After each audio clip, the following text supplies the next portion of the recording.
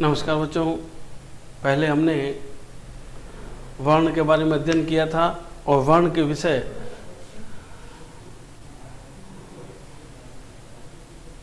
स्वर के बारे में जानकारी प्राप्त की थी और स्वर किसे कहते हैं, स्वरों की संख्या कितनी होती है, इसके बारे में हम लोगों ने पढ़ा था। अब हम लोग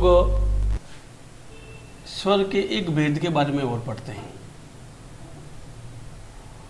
वो भेद किस प्रकार का है? वो भेद है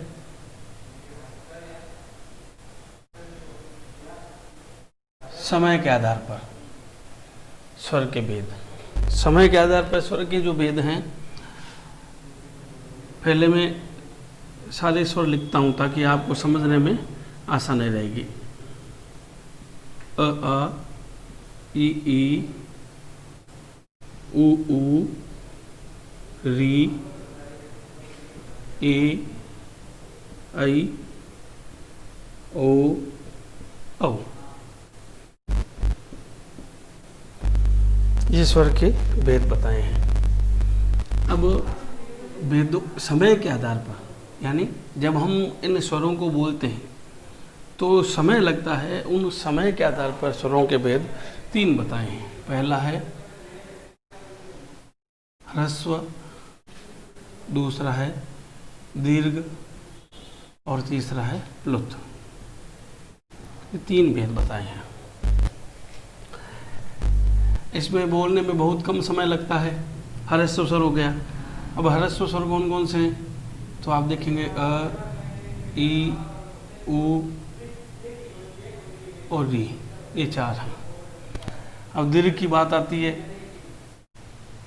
आ, ई, उ। उसके बाद मूल रूप है ये ए ऐ ओ औ। ये मूल रूप है, तो ये दीर्घ है। अब आप सोचते हैं कि प्लुत क्या है? तो क्या होता है, ह्रस्व स्वर से दुगुना समय लगता है दीर्घ में, और दीर्घ और ह्रस्व से 3 गुना समय लगता है प्लुत में। और प्लुत के लिए एक शब्द बड़े ढंग से काम में लेते हैं, सबसे ज़्यादा काम में लेते हैं ओम। ये जो बीच में लिखा हुआ है ये ई नहीं है, ये हिंदी का 3 है। यानी ओम बोलते समय ओ का उच्चारण 3 गुना होना चाहिए। कई बार क्या होता है, हम लोग किसी का नाम पुकारते हैं, जैसे नाम पुकारा है रमेश, तो आप देखो मे के ऊपर यानी इसके ऊपर 3 गुना समय लगा। जिसके ऊपर समय लगता है, समय के आधार पर प्लुत स्वर हो गया। ह्रस्व से 3 गुना समय, ह्रस्व से 2 गुना समय दीर्घ में लगता है, और सामान्य स्थिति में ह्रस्व स्वर सबसे कम समय लगने वाला है ह्रस्व स्वर। अब इसके बाद हम बात करते हैं, ये चीज़ तो आपको समझ में आ गई। आज हम बात करते हैं वो जो चीज़ें मैंने आपको अभी करवाई है उनका स्क्रीनशॉट लीजिए। अब हम बात करते हैं व्यंजन की। जब हम व्यंजन की बात करते हैं तो व्यंजन किसे कहते हैं? परीक्षा में पहला प्रश्न यही बनता है, कोई भी चीज़ होती है तो किसे कहते हैं? तो व्यंजन क्या है? स्वरों की सहायता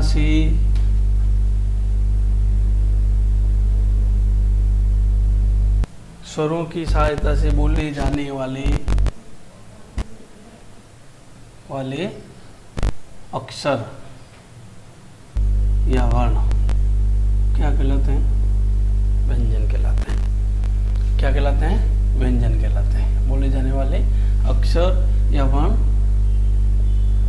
व्यंजन कहलाते हैं। इसके अलावा आप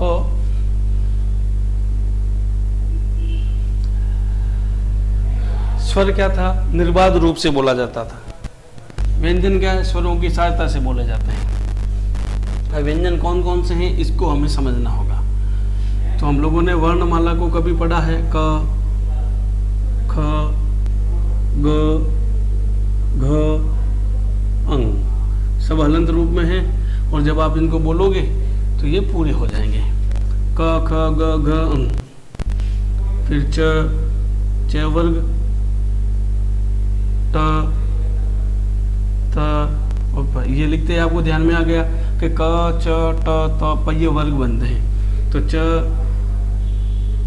छ, ज, झ, ञ सब हलंत हैं।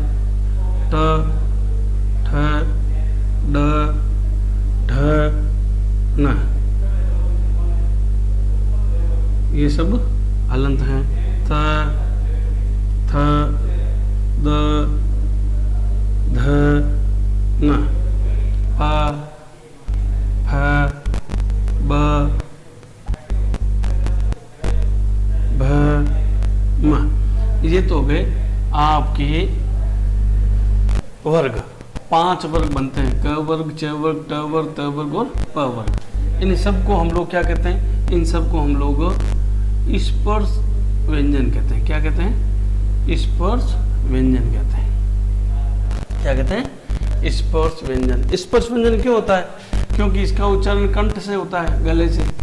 इसका उच्चारण तालु से होता है। तो कंठ से उच्चारण हो गया, यानी मुंह का जो अंदर का भाग है, जीभ मुंह के अंदर, जीभ है, होठ है, ये मुंह के किसी न किसी हिस्से को छूते हैं, इसलिए स्पर्श करते हैं, टच करते हैं, इसलिए इनको स्पर्श व्यंजन कहते हैं। तो क वर्ग हो गया, च कंठ, तालु, मूर्धा, दंत और ओष्ठ। आप लोग देखेंगे कि जब क बोलते हैं तो को गले में यहाँ हलचल होती है, यहाँ पर। च बोलते हैं तो जीभ क्या होती है? दांत के ऊपर मसूड़े से थोड़ा ऊपर का हिस्सा है, वहाँ छूती है। ट बोलते हैं तो जीभ गोल घूमकर आपके मुंह में जो खड्डा बना हुआ है उस खड्डे के जाकर स्पर्श करती है, तो वहाँ ट का उच्चारण होता है। त की बात करते हैं तो कंठ, तालु, मूर्धा, दंत। त बोलेंगे तो त, जीभ क्या करेगी? आपके दांतों को छुएगी। और जब प वर्ग को बोलते हैं तो आपके ये दोनों होंठ जो दिखाई देते हैं, ये दोनों होंठ आपस में एक दूसरे को स्पर्श करेंगे। आप बोल के भी देख सकते हैं, प, फ, ब, भ, म।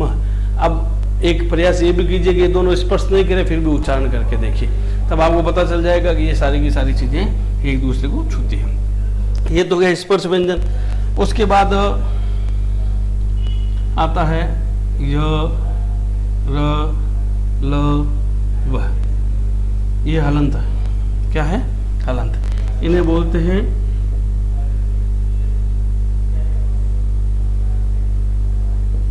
अंतस्थ व्यंजन। क्या बोलते हैं? अंतस्थ व्यंजन। और फिर अंत में आता है श, श,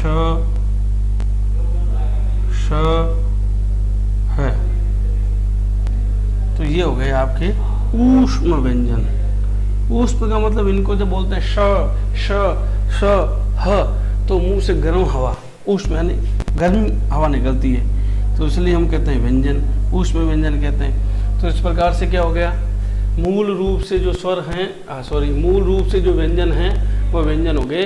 क से लेकर म तक इनकी संख्या हो गई 25, य, र, ल, व इनकी संख्या 4 और इनकी संख्या 4, कुल मिला के ये हो गए 33। और 11 जो स्वर थे तो उनकी संख्या 11 मिलाएंगे तो इनकी संख्या टोटल हो जाएगी 44। अब हम बात करते हैं कि नीचे कुछ और भी लिखा रहता है। जब आप पढ़ते हैं तो नीचे कुछ और भी लिखा रहता है, क्षत्रज्ञ, और स्र भी आने लग गया। तो पहले आप इसका स्क्रीनशॉट लीजिए।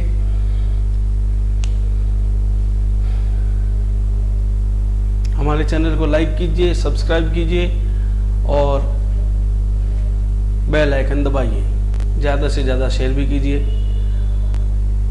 चलिए अब हम बात करते हैं क्षत्रज्ञ की। तो आपका आज ये टॉपिक भी पूरा हो जाएगा, फिर हम नया विषय लेंगे। क्षत्रज्ञ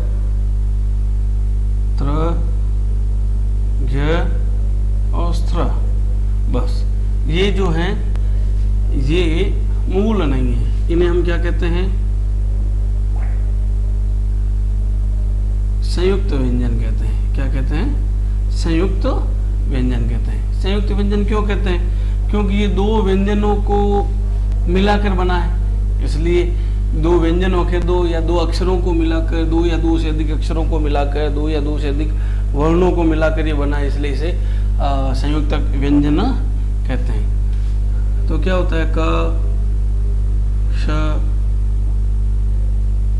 ये इसको मिलाकर बन गया, त र इसको मिलाकर बन गया, ज और य इसको मिलाकर बन गया, और श और र इसको मिलाकर बन गया। तो इस प्रकार से अपने वर्ण जो भी विषय था सामान्य वो पूर्ण हो गया। आप लोग इनको अपने कॉपी में लिखिए, उसके बाद आगे जो भी विषय रहेगा उस विषय का हम लोग अध्ययन करेंगे।